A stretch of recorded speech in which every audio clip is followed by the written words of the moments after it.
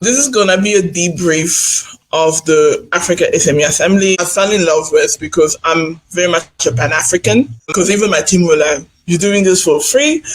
Because I did a lot of the things that I did, a lot of the things that I charge for, like takeover of my LinkedIn and stuff like that. Of those are things I did free of charge, which usually a lot of companies and my team knew that I charge at least upward of $1,500 to $2,000 for that. Hey there, business athlete. Welcome to BizScale with Tanya. I'm Tanya, your go-to gal for all things business growth and scalability.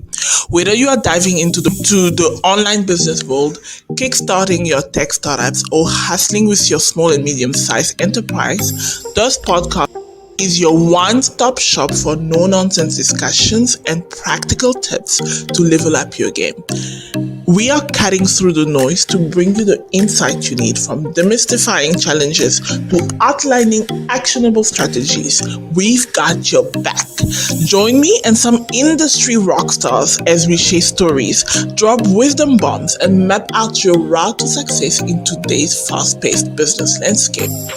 So buckle up, folks. BizScale with Tanya is here to help you crush your goals and scale your biz like a pro. Let's dive in and get down to business. Are you feeling the squeeze when it comes to making your business really click in the market? Are those profits not quite hitting the mark no matter how hard you hustle? Well, perk up those ears because we've got something special just for you. It's time to turn the tide on those financial woes and set your sight on some serious growth. So let's cut to the chase. How do you know if your business is crying out for a helping hand? Here are 3 dead giveaways. Your bank account's looking a little sad lately. You are banging your head against the wall trying to break into new markets. Clients are slipping through your fingers faster than you can say customer retention. Does that sound familiar? Then, if it does, it's time to shake things up. Our business audit is like a GPS for your profitability, guiding you to smoother waters and bigger paydays. This is for you if you are tired of watching your hard-earned cash vanish into thin air, if you are ready to dial in your business for profit without sacrificing quality, and if you are serious about building a business that stands the test of time. Here's the lowdown. We'll take a deep dive into your expense, sniff out the fat, and cook up a plan to trim it down while beefing up your cash flow. But hey, let's keep it real. This isn't some overnight success and miracle story here. It's about rolling up your sleeves and making those smart moves that pay off big time down the road. So if you are ready to kick those financial blues to the curb, hit us up. Head over to tiny.cc Business Growth Clinic and book your audit today. So hello and welcome to this episode. This is actually, I believe it's going to be on 2 channels, or probably I'm just going to share some clips, some key takeaways from this. So this is going to be a debrief of the Africa SME Assembly. For those who don't know, this is Treasure, who was the convener of the Africa SME Assembly. For a period of time, I worked with the Africa SME Assembly to help take this vision to market. It was an interesting experience. I think it was an interesting experience because I think it helped me prove certain theories right. It helped me learn a lot of things, and it really helped me own the skills of reading people better. So it's going to be quite a interesting conversation. If you don't know who I am, if you're new on the channel, or if you're just coming on this video on YouTube, I am Tanya. I run a revenue enablement and go-to-market agency that is based in South Africa, Nigeria. And we work with mostly tech companies that are in the growth stages, as well as SMBs that are trying to grow and scale more profitably and sustainably. So it wasn't really a project that I would normally have undertaken, because Treasure himself would tell you that I do not like working with businesses at the infancy stage. But it was a project that I fell in love with because I'm very much a Pan-African. Normally things that, because even my team were like, "You're doing this for free?" Because I did a lot of the things that I did, a lot of the things that I charge for, like takeover of my LinkedIn and stuff like that. Of those are things I did free of charge, which usually a lot of companies and my team knew that I charge at least upward of $1,500 to $2,000 for that for each day of a live. So you can imagine how much we gave up for that. But it was a passion project that I really believed in. I believed in a young man that I believe has a great vision to impact the continent. So I felt like, hey, this is a way to pay it forward, because I've been the young person that nobody was willing to pay it forward. So before we go any further, I'm going to allow Treasure to introduce himself, and then we're going to pick it up from here. Also, thank you so much, Tanya, for that. Thank you. I always thank you, for for being part of the Africa SME Assembly division, right? To me, I don't take it for granted, having to have someone like you as part of what we're doing here. So I firstly want to appreciate you for for the interest and also for the commitment as well. Okay, everyone, my name is Treasure Inaya David. I start my introduction by saying I'm an African, right? I'm an African born in Nigeria, right? I'm Pan-African. I love Africa. Right, I believe Africa has what it takes, right, to scale. Africa has what it takes to become relevant in the global scheme, right? And what I'm doing here at the Africa SME Assembly and even with Innovative Village is we are trying to see how to change the narrative of African businesses. We're trying to see how to also change the narrative of most young persons who believe the only way to succeed is to go through the dubious ways, vices. We want to make them see that if you are committed to a vision, you can actually scale with that vision. It's just commitment and resilience that actually is required. I love building for grow and remain sustainable. That's the idea. The underlying idea is that we want to ensure that businesses can scale and be sustainable, because that's one of the challenges that to be here. I have always looked forward to share my story, right? As to how the last 8 months has been for me. We started this project in July last year, and it lasted for I think 8 to 9 months. Right? It was an extensive one, and to be honest, there was a lot of learning points, and that's me in a nutshell. And you can always find me with this cap, right? Because I love representing my culture, Africa, right? I love representing what we represent. So I believe if we can tap into our uniqueness, it's a good foundation to grow and build sustainably as well. So yeah, thank you so much, Tanya. Yeah, and the one thing that you notice was Treasure is always smiling. So let's delve into the Africa SME Assembly.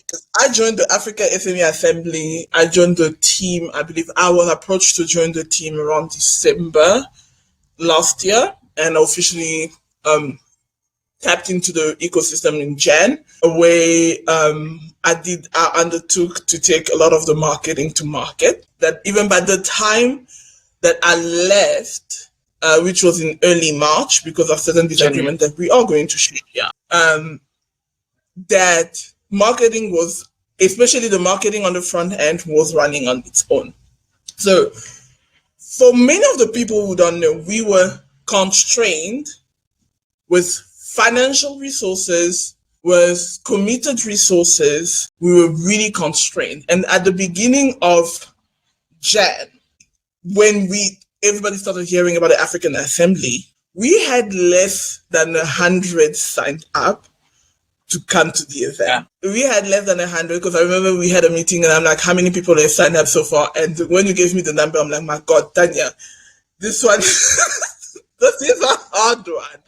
But I knew, because a lot of people were in awe of what we did. And I'm just going to quickly share the front end marketing strategy for a lot of people that may be trying to take something to market. So one of the things that I've always known, and I always thank my mentors from the US that taught me marketing, especially in terms of social media marketing, was that there's an easier way to take over the narrative and actually make people feel that you are everywhere.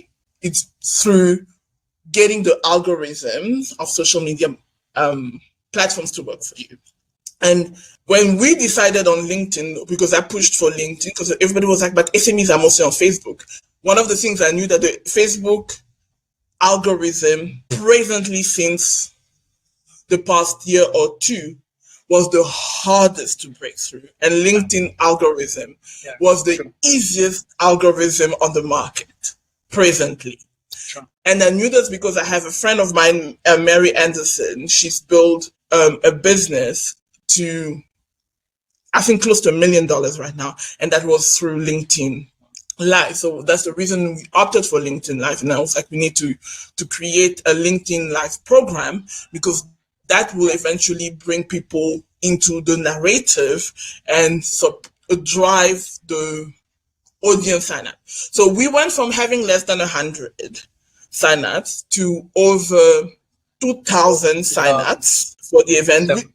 And this, guys, 2,077, and then the total signed up for the event was 2,500, which is no mean feat. Like, for the total people that have for this event that have learned about this event is 2,500, and this was constrained with very constrained and limited resources, and primarily leveraging social media to drive on narrative. So for anybody that has ever doubted the power, because when I say less than 100, we had, I believe, 37 or 40 signed up by the 15th of January. Yeah, I think. By the 13th, yeah. Because even when, because our goal was to have 5,000 signups, because we eventually turn on to get people to sign up, but we never got to turn on ads. But then also we need to remember that the campaign only ran from January to March. So if this campaign had been turned on in October 2023, I think we would have hit a number. Hit that. Yeah, that's true. I think we would have hit a number. So on the marketing end, that was the front end. But we had the biggest thing that I believe we had in this program was we had major execution gap.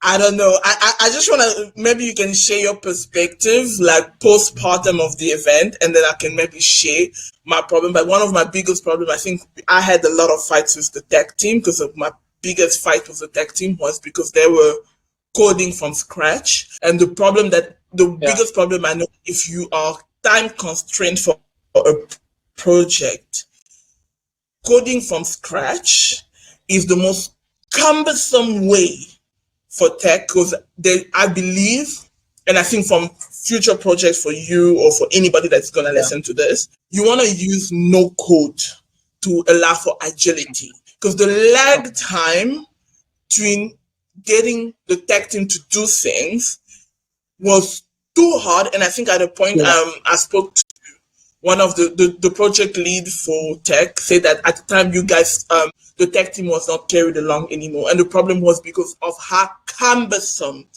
it was to get it. The lag time was sometimes 4 weeks on a landing page, which, like, in such a project, because the key was in trying to execute, because we had tried to push the project to after April, but some people on the team, which me, I don't mince my word, were the ones that actually won. So we were hoping that everybody would execute to meet timeline, and we had tech problems and we had execution gaps from team members. So and because I think everybody by now knows that I don't mince my word, because that was the problem why I left, because people were not executing, and when I was trying to keep people to accountability, we would get into arguments because I was like, people were not doing what they signed up to do.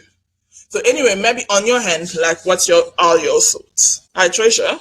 What are your thoughts? What are your thoughts, like, postpartum, now that you're looking from outside in and you are no longer in the trenches of executing the events? Like, what are your thoughts? Thank you so much for putting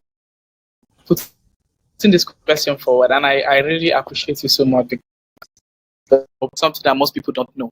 Having an idea, thing, like, executing and is a different ball game entirely. And most times people are quick to ideate. People are quick to say, "Oh, we have this idea, we have this idea, we have this idea." And the truth is, it doesn't end with ideas alone, right? It's beyond ideas. It's that how do you take your ideas to a reality, tangibility? How do you bet that idea? And that's exactly where execution comes in. And I think one of the gaps we had in the Africa SME assembly planning phase was we had lots of people that had ideas, right? People who could bring in ideas, chime in ideas. But the truth is, having an idea is not the ultimate. It's not the entirety. Like, you have to create a system that can translate that idea to a reality. And I think that was the major gap we had at the assembly. From the beginning, right, we sat down, we drafted out the whole idea. It was looking like magic. It was like, whoa, this would be so massive. This would be so this would be so that. And, one thing about me is that the moment you start sharing an idea to me, I'm thinking of what would be the next step to be done. How do we move this thing to the reality? What are the next action points? So it became more important to me than just sharing an idea. It became more important to me than just wanting to share, tell me about what you think about this and all of that. And so we had a huge gap with execution, right? We had a huge gap with people who roll up their sleeve and get into the work, right, and to get things done. And I think that was what happened to the entire project, right? At the point, I even had to literally circle around all the teams, right? At the times we created teams, we dissolved it, created teams, we dissolved it, created teams, we dissolved it, and it was looking like we were just going back and front, right? Because people we are executing, most people we are not executing, just few persons within the team we actually putting in themselves to the entire work. And I think it was peculiar to the fact that we are doing this for the first time as well, because doing this for the first time, most people have not yet seen the picture or the big picture of what we are trying to do. They are just assuming what it will look like, and so to a certain degree, it took some level of communication constantly to be able to paint the right pictures to people, right? So I think from my end, execution was the major challenge, right? We had team leads, we had co-conveners that knew how to share ideas, knew how to ideate around things. They could draw out excerpts from previous experiences. But when it comes to now making that idea, bringing it into life, right, it was a challenge. And so the ball of execution now fell on few hands, and then it became strenuous, right? I can remember, I and Tanya going the extra mile to, work on partnership, sponsorship, even areas that we were not even saddled with the responsibility. We had people who were fixed in those areas, right? We were still, juggling it as well. So I think from my own learning point, right, looking at this from the external point, now I would say that formal engagement and clearly defining terms and even ensuring that people are optimal is like the most important thing to even do. The team itself is the most important driver to every project. And the moment a team is execution driven, a team is all hands on deck. Like, nobody is here and here. Like, everybody is involved. Everybody is putting their hands on deck. Everybody is planning. Everybody is creating. Everybody is including. Everybody is putting themselves on the line. Everybody is doing something, and it's tangible. Like, if you're starting to do responsibility, ensure that you're on that responsibility, and you're ensuring that that particular task is not, you're not failing at delivering in that particular task, right? To me, I think that's like the best gift you can give to any planning process, right? Because, to be honest, at the point it became so much, it became almost discouraging. It's like you're doing and nobody's doing anything, and then it's looking like you're almost alone, like just one or two, three persons, and everybody's just churning ideas, and then to translate that idea to a real-time activity like work to ensuring that we get this thing out becomes a problem. And so I think that was something that really, really happened in the assembly, and I feel like it's a huge learning point for me and also for the team generally, right? So yeah, just to pick up from that point. And then also, something else I always say to young persons, you can have an idea and it just remains an idea, right? Until you roll up your sleeve to execute on that idea, right? And there's a statement that my mentor actually said to me, and I think that was one of the things that guided me in the process. So if you have an idea, just be ready to do 100% of the work, regardless of whoever is there or not. I think that's something that also kept me going, right? The fact that in as much as people were there, I didn't just see people there. I just felt like I had the sole responsibility to make this work, And so I kept pushing myself out. I kept doing stuff. I kept, even if things are not going well, I kept getting involved in things because I felt beyond the fact that people are here because they believe in the idea. I'm still solely responsible for the progress of this idea. But thank God for people like Tanya who came in and took it up on her by herself and committed to it. That in your life makes the work easier. But yeah, at the core driver, to get to a point where people start identifying with it, and then it becomes easy for you to step back a little. But that's the last thing I'll say concerning this for now. Thank you for that. I have to appreciate your candor on the subject, because I did say that if we're going to have to record this, we're going to be very candid about things that happened. Because when I came in, I was yes, like a shade. Okay, cool. So when I came in earlier, that was a picture of what we had to do. So I was hating that part, but then we realized that a lot of the things that people were near to do in terms of sales, in terms of partnership, sponsorship, we're not doing. And I remember one day I called Treasure. I'm like, okay, these are not getting closed because I've worked in sales long enough. Give me the deck. And we reworked. And one thing you must appreciate about Treasure is always open to learning and also listening to perspective that may be different to him, which was not always the case for everybody. So we reworked decks and sales assets, which I must say towards the end we started to get some traction in that. Unfortunately, some things happened where we had sponsors pull out at the last minute, but it is well. I think it's a lesson learned. For me, I'm grateful. I remember Treasure called me one day. It's like, yo, the one thing I'm happy about this is that you taught me how to do enterprise sales, because I would sit with Treasure because people that were saddled with actually doing it, that had said they would do that, weren't doing it. So I called Treasure. You do this is how you do a presentation, this is how you draft a presentation for a sponsorship deck, this is what you want to do, you want to paint a picture. So it was like one of the biggest things that I got here was learning how to do enterprise sales. So we would sit and break, like we were rewriting assets, trying to put on the live presentations, everything. And at the point, and because in the beginning of the year, I was recovering from anxiety, and a lot of people knew that I had taken a step back even from my own company. And now I told Treasure, I'm like, my anxiety, this thing is driving my anxieties up, and I can't deal with it anymore. But I kept pushing. Then we had an issue. There were an issue 2 times, and I think the second time I was like, I'm done. I'm not gonna do this anymore. And it was because the biggest issue that I kept having was, hey, I'm not supposed to do this. You are saddled with this responsibility. Or when I reached out to one of the leadership team. I'm like, listen here, the volunteers, thank God for the volunteers that we had. To be honest, these people are rock stars. If you are looking for rock stars on your team in Nigeria, reach out to me or Treasure. We will recommend these people. The volunteers that we had were rock stars. I mean, rock stars. If it's not for this volunteer team, I don't know. They are on a different level. They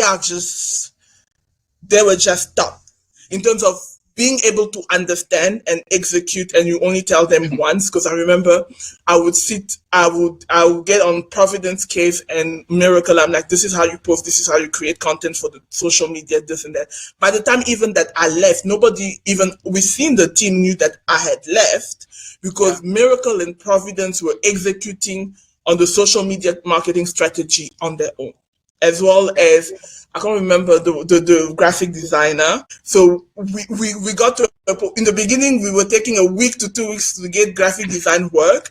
By the time I left, you understood that we had a 3-day lag time.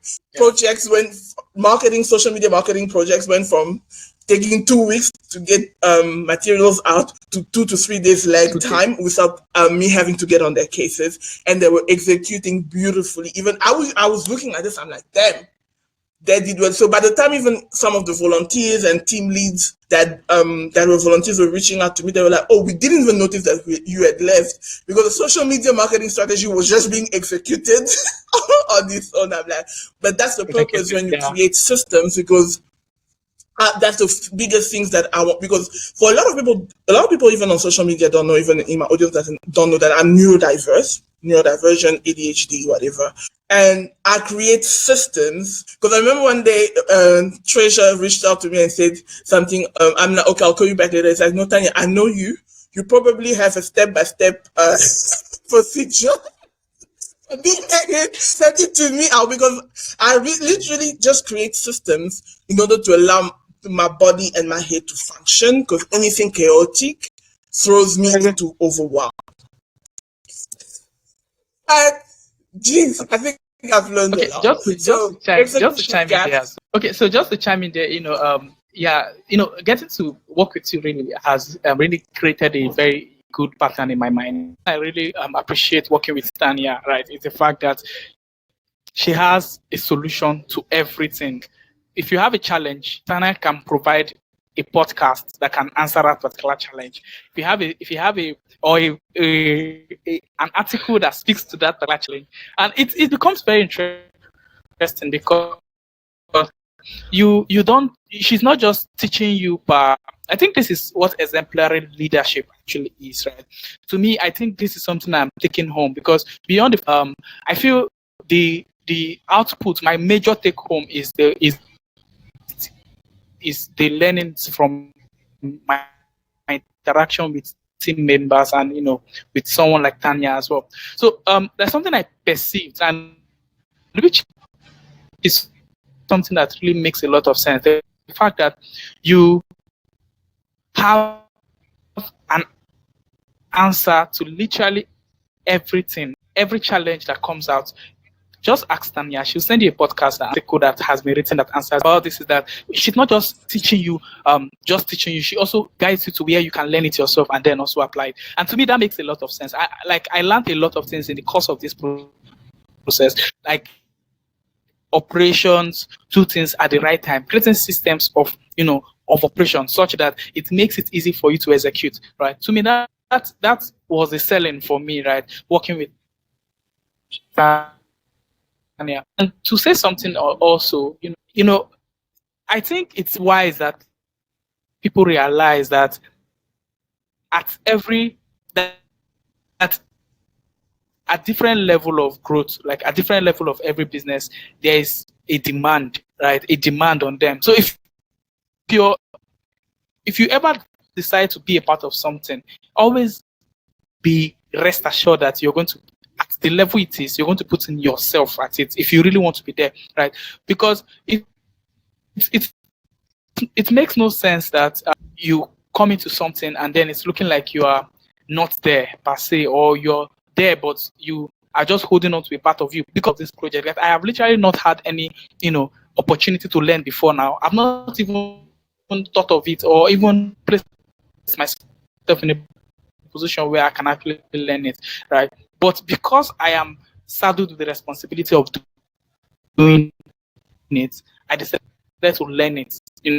I decided to put myself at getting to know how to do those things. And I think that's actually what me, not just concerned about what they have been saddled as a responsibility, but they are concerned about the collective specific areas so that things can work faster. I think it's necessary that people get involved in that, except it's maybe a large corporate. But if something that is kicking off and there are less hands, people are still struggling to find their feet, it's necessary that we all get involved. Because at a point it was looking like it out to me and said, you're literally everywhere. Like, you have the information for this, you have the information for this, you have the information for this, you have the information for this. And like, the truth is, I've just committed myself to a process, and I've committed myself 100% to it in such a way that if there is no lapses, I have to just see how to check all the boxes as much as I can. Because every other person, most of them are not really getting involved as they should have, right? So I think that's something that people should take note of. if you're getting involved in something and you know this thing is at the infant stage, they are still finding their feet. Don't you get involved in other areas in the little? It can be a learning point for you. And I love what you just shared there because I was listening to the NVIDIA, I believe I'm pronouncing it, CEO the other day, and also I listened to the HubSpot founder, and he said something similar because in the beginning you have to have a flat organization. Because I remember reaching out to somebody that was part of the conveners, and I was like, we are overwhelmed, we are short staffed, we don't have enough hands on deck. Treasure and me are doing too much for two people, and we have blind spots and execution gaps. Can you get, because I think that they had brought an idea, and I was like, since you brought the idea, you understand it, can you execute on it? And they were like, operations and marketing is not part of what I do. And I'm like, operations and marketing is a skill set. No one is born an operator, and no one is born a marketer. These are skill sets that you do not need to learn everything about it, but you need to learn just enough to execute, to be able to do it, at least in a certain way. And I believe this is the one problem, and I'm going to address this to founders on the African continent in general. See, I've worked, when I think I've shared my story previously, that when I started out as a marketer, I didn't have opportunities in Africa because I wanted to work remotely. And those, you had to work for American founders, American SMBs. And the one thing you will realize when you work with founders from that side, in the beginning stages, when you're working with them, you are in the trenches with them. So when you see them execute, you yourself will have the courage to be like, okay, if he's doing that, I'm able to execute, because you feel that it's a servant leader. And they had open, because even with the volunteers, they knew that I had an open door policy where they were coming to me, Tanya, we want to understand this, I want to do this, what do you think? And I'll give them feedback and they will go execute, because what I wanted to ensure was that it gets to a point where they don't need me to execute. So I will have Providence come to me, I want to post this. Because I was like, you don't need to ask me for what you want to post, but here's the framework you need to put whatever you're trying to post through to make sure that it hits the target. What are you trying to achieve? So that's why even when I left, nobody could notice that I left, because I had equipped the set of people that were working with me to execute on their own. And this was what I saw. But the biggest issue also that makes it easier for people that work under you to execute is when they view you as one of them.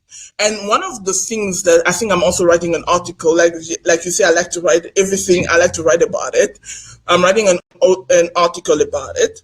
What I noticed even working, and it's not only here, but I've worked for a couple of African founders, like we've worked with companies that are led by African founders. I've noticed a difference in leadership style. So most of the things that I saw in the American company led like by Americans, founders and everything, when you work with them, especially in the beginning stages when it's still a very tiny team, you have a debate, agree phase, and alignment phase, execution phase. So let's say that there's an initiative that's going to be happening. Let's say, for example, for the Africa SME Assembly. So they will bring the team together and be like, this is what we're planning to do, blah, blah, blah. Then everybody has a chance to chime in the organization. Like, this is what I think we do. And everybody that needs to execute will chime in that, no, I don't think this can be executed within this time frame. So then we all agree collectively that, okay, this is the plan of action. And now we execute. And that's what I realized, that there was a lot of alignment. Most of the African-led companies that I've worked with, they have unfortunately this attitude of they want to be the visionary. I think to be honest, you were the only African, because with me, it doesn't matter how old you are. If this is your project, this is your company, you're the founder, I will listen to you, I'll give you my feedback and everything. But what I've realized working with companies that are led by Africans, there's this tyranny way of trying to lead a company where it is, this is my thing, This is what I want done. You go and execute. And this is very dangerous because you do not get alignment. Because sometimes the problem is not strategy. The problem is never always strategy. You can have the best strategy, but the operational execution of a strategy is what makes it a thing. So that's why you often need to align people behind the vision. This is why you see a lot of people, even HubSpot, because and I was like, when the HubSpot founder said that, I'm like, maybe it's a culture thing, because here even in the organization, one of the reasons I left, because when you would voice what you don't want to do, because I had instances where I was disrespected, where I was talked down out to, and I think the last one I was like, no, you do not do that. And I think the biggest thing, because maybe also I remember years ago, I've been working for 10 years. I remember, and this is for any woman working in any business, that used to happen to me a lot. And one day I was crying in the bathroom, and one of the leaders came into the bathroom and said, "Why are you crying?" I told them, it's like, you know what, you're a woman, and people would do that to you if they feel that they're allowed to do that. So I learned to, like, no, you don't do that. And I'll stand my ground and actually drive in a respectful manner. Unless you come for me left, I'll show you that I can also come left. But in a respectful manner, I will always try to realign the topic. And the thing of, this is what I want done. You are marketing, you are operation, just get it executed, is the one thing that I'm seeing in African companies. And I spoke to a lot of operators in African companies that say that feedback, when they give founders feedback, it's not listened to. Founders do not want to listen to feedback from operators. This is why, whether it is the tech ecosystem, whether it is the business ecosystem in general, we have this problem where we cannot grow as we need to grow. Because if you just feel like this is what I want done and you need to execute, and you do not have that feedback loop from your operational team, you set yourself up for failure. So indeed, that's the reality. As you listen to this, or if you're watching this, you want to make sure that you have that in mind, and you think through, what is your leadership style as a business owner, as a founder, and how are you treating your Okay, so let me listening to you speak, and I think it makes a lot of sense now, right?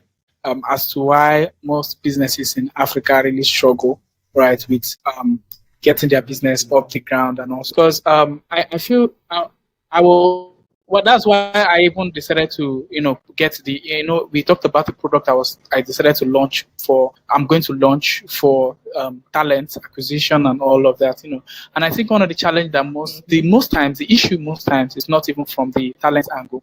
It's actually from the managerial angle, where people really don't know how to engage with these talents, engage with people, right, to get them to work actively and to prove, because you cannot do everything on your own, right? There's no how. No matter how smart you are, no matter how great you are, you still need a solid team to be able to execute. I can tell you for free, I will never take the glory on. I will never tell you that I did anything on my own. I literally worked with a very sustainable team that helped me, right? So I will never tell you that it was my end. So whenever you talk to me, I'll still go back to them and say, "See, guys, you guys did it, and we did this together." Right. So I think it's a gap, know how to get things done, and the how really is the most important thing, because you see a business owner just stays at the aisle. It doesn't go to the meat of the activity, and then the execution becomes very shallow, because the people who are supposed to execute needs to catch the vision. Right. I think it also reminds me of an organization I once worked in, and I worked in that organization for roughly, I think, about 3 months or so before I left, because it was too much. I couldn't in all the stand-ups for that 3 months that we had, all the stand-ups, the CEO was not in one of it. One stand-up, the CEO wasn't there, and you may not know how best your engagement and your communication with this team actually makes them understand the vision better and how to execute properly. And so to me, I decided to have a different managerial approach to stuff. And I also learned it from you, Tanya. Beyond just, talking to people to do stuff, in a way, find a way to get involved in that matter, find a way to engage with them, find a way to do the stuff even while they watch you do it, right? And then by the time you're in, as much as I know you keep growing, because it won't remain like that forever, right? You get to a point where there'll be structures, where your other the conversation now will start from the head and then it just goes down, right? But at the level of growth, at that beginning stage where you are very few, you're not up to 50 persons, let's say like 15, 20, 30 people within your team, it's wise that you really engage with them directly, share the vision over and over again. I can remember those times where we had meetings and it's looking like I kept re-echoing the vision. Like every time we have a meeting, I'm sharing the vision again. Every time I'm sharing, because sometimes I feel like repetition makes it solidify and then makes people catch the idea behind what you're doing itself and then makes execution even easier. Right? And so when you tell someone to do something, the person can find you in that thing, one, and then also know how your thoughts, like what your thoughts will be when they are doing that thing, and what your possible feedback and how best to actually position, to get that thing done as well. And also, listening. I think one of the challenges that most business owners are faced with is their inability to listen. So to be honest with you, you don't have all the knowledge. Like there's no how you have all the knowledge. I'm being honest with people. Like as it stands now, I tell people openly, see, I don't know this thing, right? I probably have not been exposed to it, or I may have known it in my head, but I really don't know how this works, like in real time. Can you teach me how to do this well? That's a good place to be. It doesn't make you less of yourself. Learning from someone who has gone ahead of you. You are learning from someone who has done this thing even way better than you have, right? Someone who has had lots of experience iterating these things over and over again. And you want to do the same thing that the person has been doing for close to 15 to 10 years. What makes you think you are in the best position to know how best to do that? Why don't you just humble yourself and ask questions and get to know how things should be done properly, right? So to me, I feel like I get myself in a position where I'm actually the leader, but I'm learning.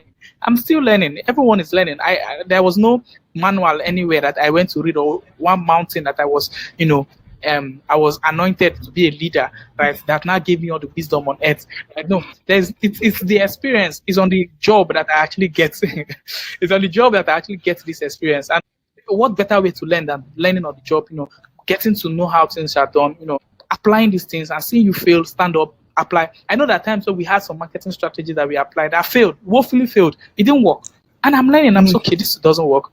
This works. This doesn't work. And so to me, it's necessary that startup founders, especially here in Africa, understand these things. You starting a business means you do the chunk of the work. And one of the major work is to get your team in alignment. Ensure that they catch the vision from you directly. You are still young. You still have few persons within your space. Why don't you invest into these people, communicate with them, attend all the meetings, like attend their meetings, get involved in their activities, have one-on-one conversations with them, ask them about the challenges. Let me even share something with you, Tanya, that happened. When you were talking about, when you were emphasizing on some of the structures, and I know at the end of the day, these guys will always come back to me and be like, okay, see what Tanya said, this is how we are doing it. And there was a night, I can never forget, that I had to create a good chat for Providence America, and I was like, see what Tanya says, okay, what don't you understand here? And then we started breaking it down a bit, and then at the end of the day, they just captured, so this is what she was saying, and that was it. And that was how they were able to carry along without even zero to no supervision, right? Now, my point is, most times these guys may have challenges and they may not need someone to communicate to. They may need someone to engage with. They may need someone to always rely on. And that's where the leader comes in. That's where you are, And so that's one of the learning points for me here, right? The ability to learn on the job and also help these people who are also trying to be a part of it to become super effective as well. Yeah. No, I think you definitely epitomizes what is called being a servant leader. I think that's what I saw about you. And I think that's why we worked well together. Because even I was learning from you, you were learning from me. And there were times we would call each other, we're like, okay, this is not working. What do we do? And okay, you will be like, I want to try this. And I was like, well, try fast, fail fast. If it works, it works. If it doesn't, we move. Because even like the whole event thing that we did, at first we tried audio events, it did not work. Then we were like, okay, let's think fast. Okay, let's go with video events, and video events worked because we could keep it on the timeline, and it started bringing in, making the algorithm work for us, and we were like, it's every time now we started growing, people could always come back to it, and that's how we created that flywheel on LinkedIn. But the first two events we actually tried to host failed dismally. Dismally. Nobody showed up. It was a flop. And we were like, okay, let's go back to the drawing board. What do we do? Okay, let's go with video. And video worked. So I think that's the one of the things to learn from this debrief. Now, I think everybody may be wondering, as we're wrapping up this conversation, what's next for the Africa SME Assembly? Okay, for us here, it's not just about an event.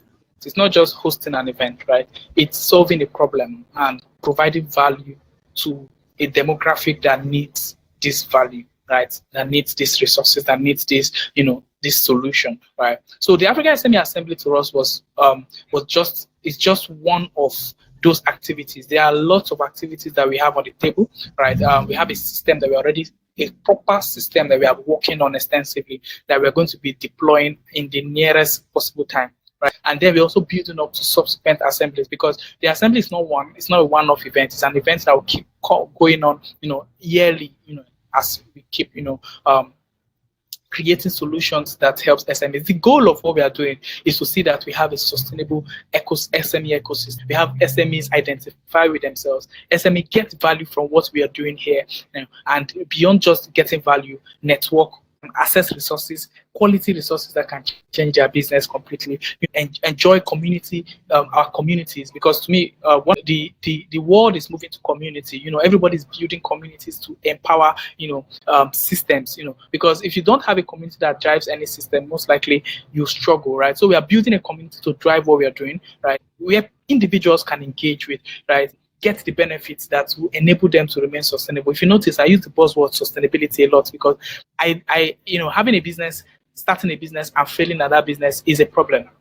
We want to see how businesses can live even above the founder and keep solving major problems and then we're also aggregating, right? There are lots of gaps in the African ecosystem that we are trying to really solve with what we are doing here. We're going to see how to close those gaps as much as we can, right? Mitigating these issues in real time. Like this, we are playing deep. We are not playing on the surface. We are going into the market. We are going down. We are going real time. We are going mainstream, right? And so expect a lot from the Africa SME Assembly. Like I said, this is just the beginning. It's a journey for us, and it's a movement. So we are kicking off. We've kicked off already, and we're going all in. We're going all out as well. Fantastic. You heard that. So it's not going to be a once-off event. I believe we're having some conversation with Treasure on certain things that if he wants me to get involved again in this project, we are having certain conversation to ensure that it is better managed, better operated. I believe that he has also learned a lot from the journey in terms of how to structure partnerships and how to ensure alignment and ensuring that people that you're partnering with actually deliver on their hand of the bargain. But I believe it's a young man I believe in a lot. And even back then, I used to tell him that it's a young man that I believe in. A lot of people will reach out to me to help them with the projects. I usually turn them down, but I kind of feel a version of me a few years back, an idealist. I've learned to become a pessimist, but I believe he's a young man that is going to do a lot of big things on the African continent, and I've also often told him And I believe that, what he's doing at Innovative Village is going to contribute not only to SMEs, but also even to businesses, because he is a man of vision, and he's a man who's a young man that is trying to make a difference on the continent. And this is one of the things that I appreciate about him, is that instead of complaining about everything that is wrong in Africa, he decided that let me make a difference. Let me see what I can do. So that's it. So on this note, reach out to him. If you have any question, also send them via DM on LinkedIn. That's the way I am most active. And hopefully you enjoyed this conversation. You've learned a few things, especially when you are doing you are producing such a project, or you're trying to maybe produce a conference. Some of the things that we've spoken about, there's a lot of things we couldn't even speak on because just out of courtesy and respect, human respect for other people, because we've just barely scratched the surface of things that went wrong. We can't even, I think right now is not the time to even speak on it. It's not the time. And just out of courtesy, just common courtesy. But everything that could have gone wrong, I think we've seen it, and I believe he's going to be able to reiterate from it.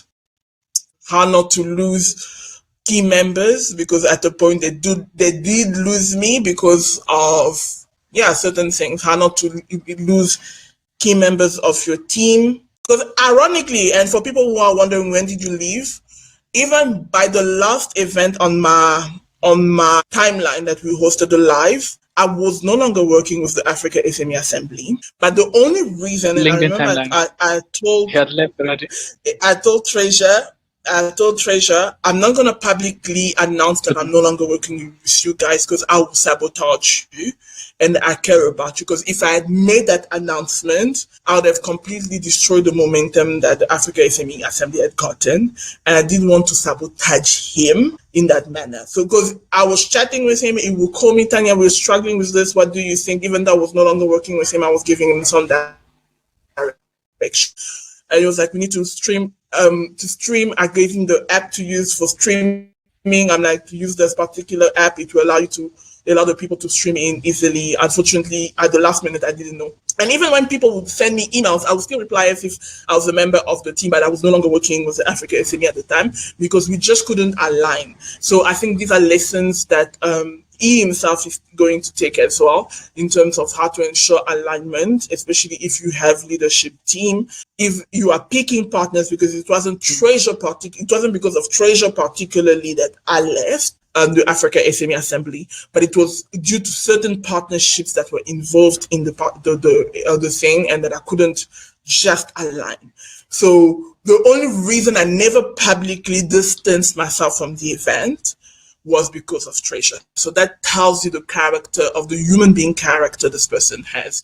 So he's a young man that I deeply love and deeply respect in terms of how he does things and operate and execute. So I believe he's going to be one of the greatest operator on the continent in terms of these events and stuff like that. But on this note, I know we've been speaking for a while. Hope you've learned something, and we'll keep seeing you, and we'll see how we're going to continue to serve you. And if you want to know a little bit more about what we do, to reach digital marketing. So we're primarily into execution and growth stages, but we support clients with marketing and sales and training on how to do these things, because that's what we do. So Treasure, how do people get in touch with you if they want to get hold of you and want to get to know more about your initiatives? Okay, I'm simple.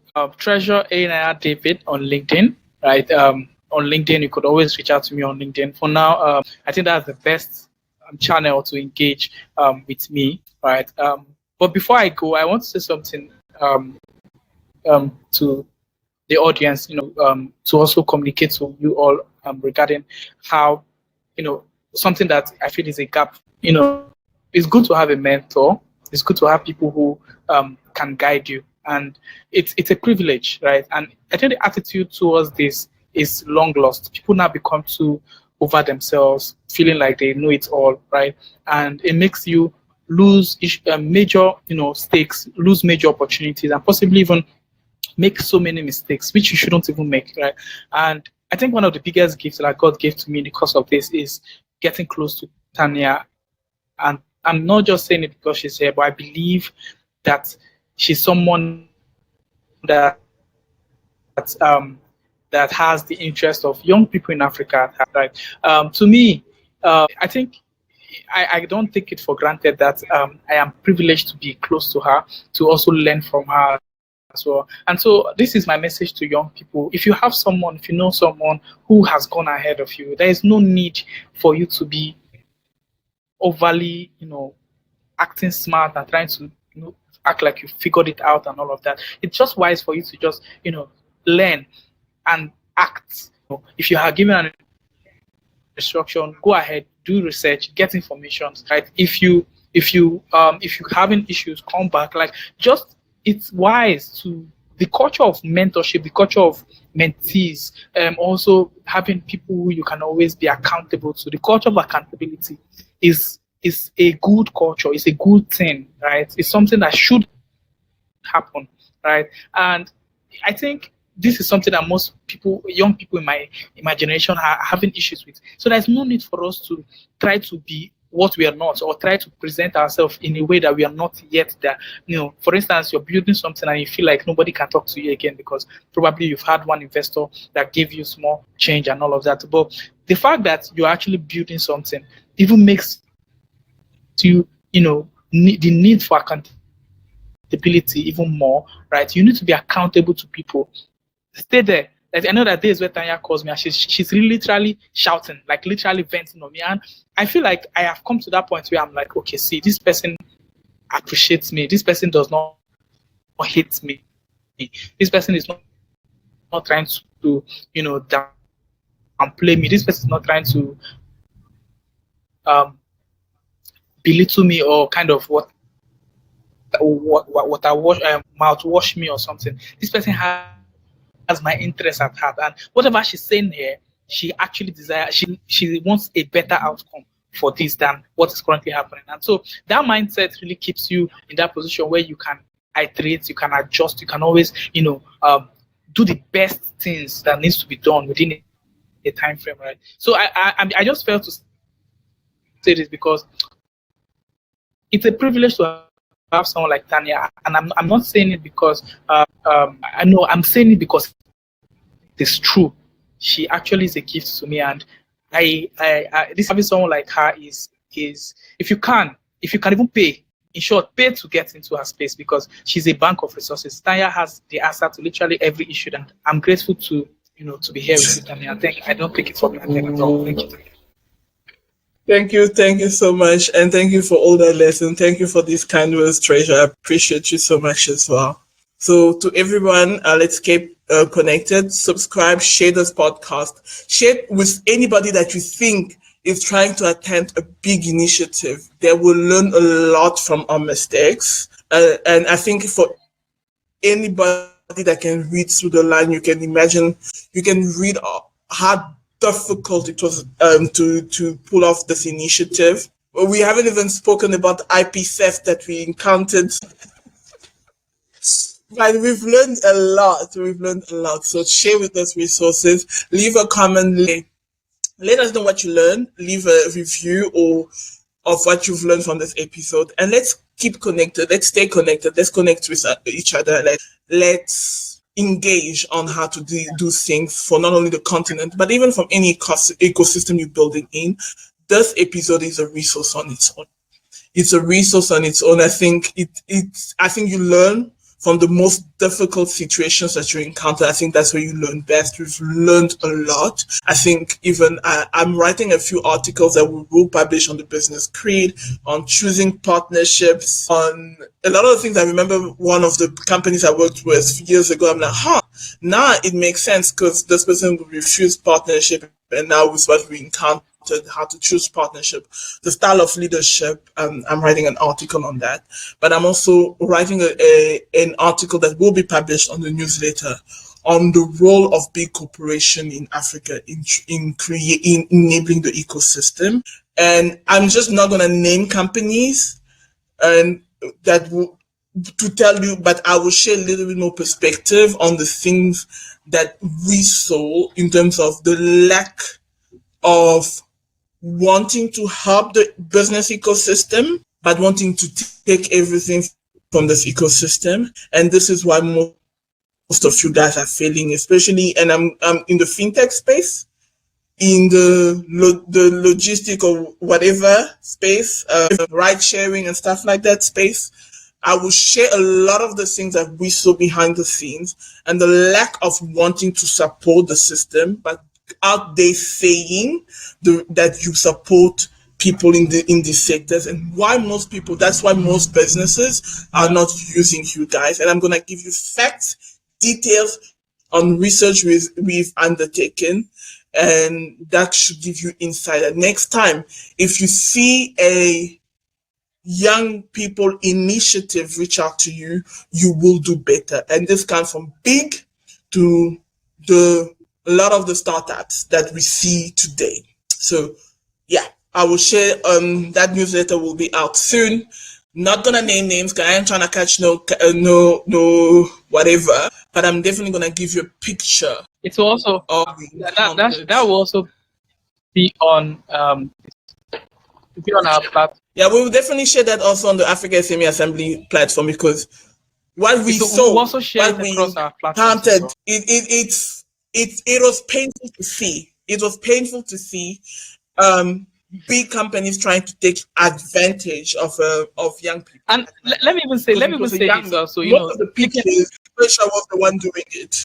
Yeah, you know, chickening out at the pivotal time, because I think that's something that most people I didn't say here. You know, we had two organizations that had committed, like agreed to commit to the event, and 2 days one exited 4 days to the event, and they just chickened out. Like, imagine you created a budget around after you sign an MOU, you've agreed, and then you created a budget within the money you're expecting, and then suddenly 4 days to the event, they chickened out, and 12 hours to the event. No, let me ask. 12 hours to an event that is supposed to hold 12 hours. Someone is calling you to tell you, all the times we've been talking, sorry, we cannot continue again.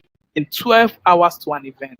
And it's a big corporate that positions themselves, you know, as those who support young people in Africa. And it was at the point, it was feeling like the event may not hold, but you know, we were committed to it, and God came through for us. But yeah, it's a problem, and I think it's something that most young people are faced with, and that's why most times they don't even want to get involved, because the disappointment becomes too much. Like, who chickens out 12 hours to an event after you've agreed?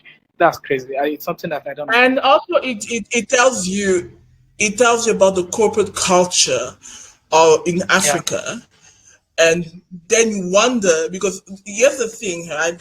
And I know we're taking to bear with me. This is the last thing we're going to discuss. I know we've already said the goodbyes, but here's something I'm going to give you context.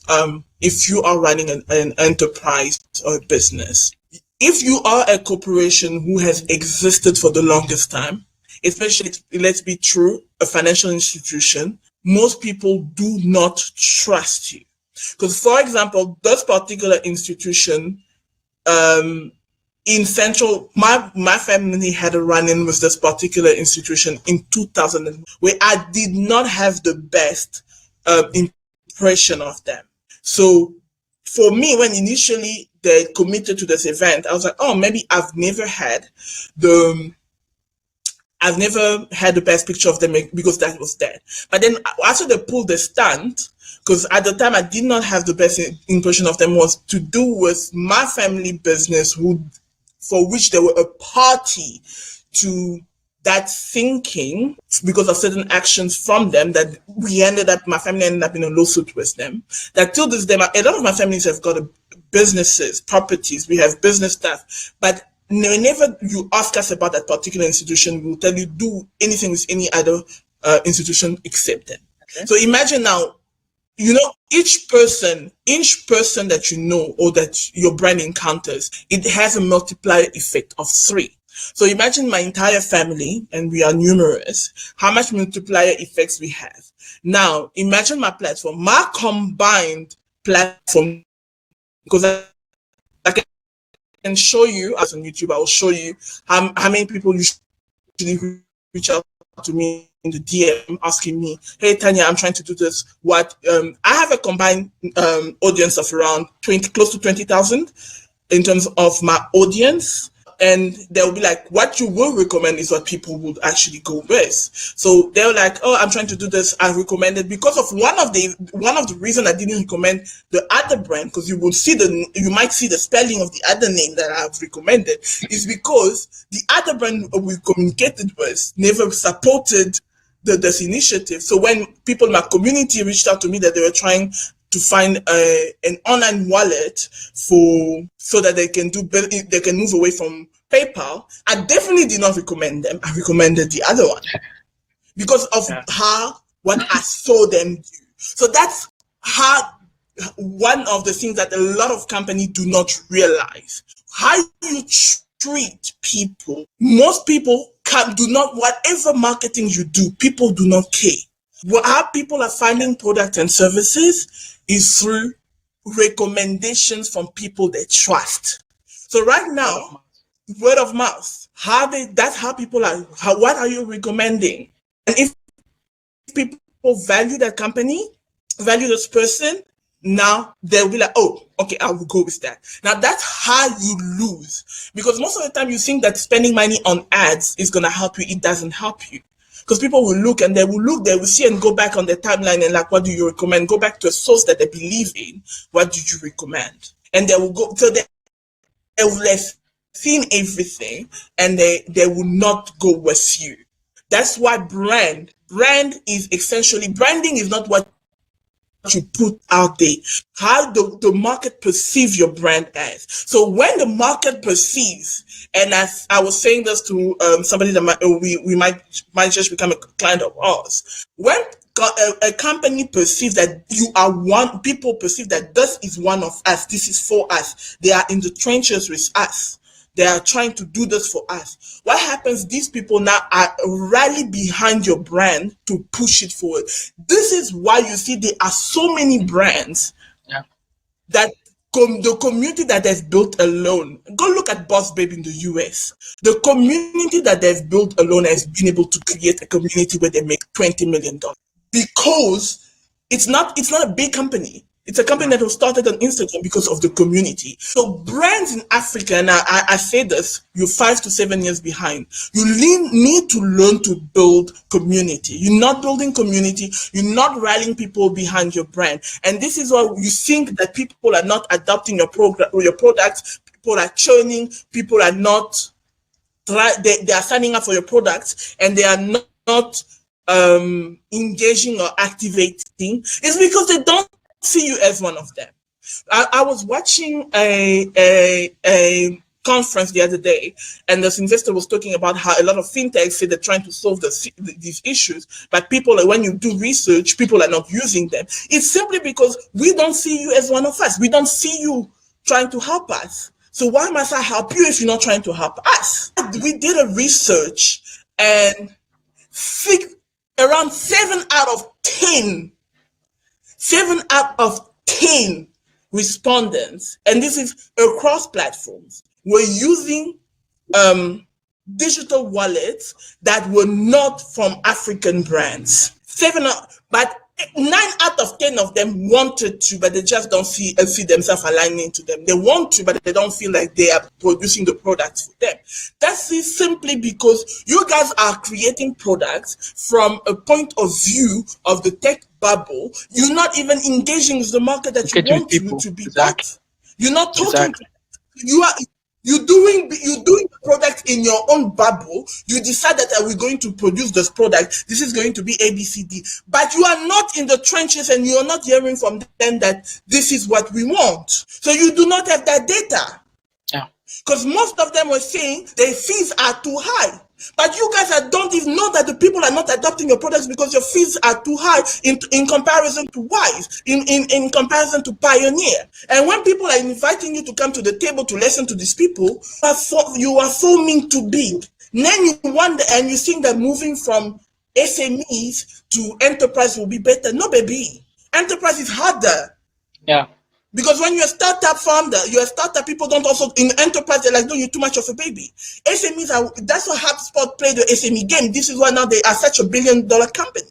Listen to the founder, what he has spoke about. But why is it that people opt for HubSpot even when there are so many CRMs? Because people see HubSpot as the brand for them, that activates, that does things for them to make their life easier. So people are supporting the brand.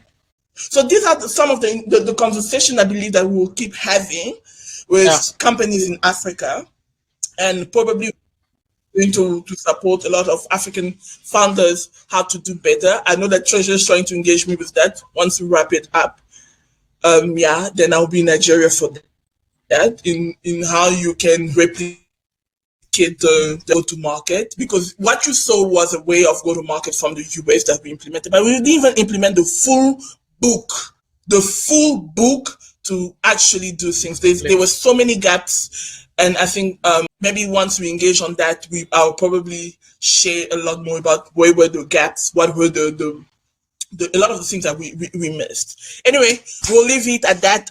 Hope this episode serves you on the show. Bye bye.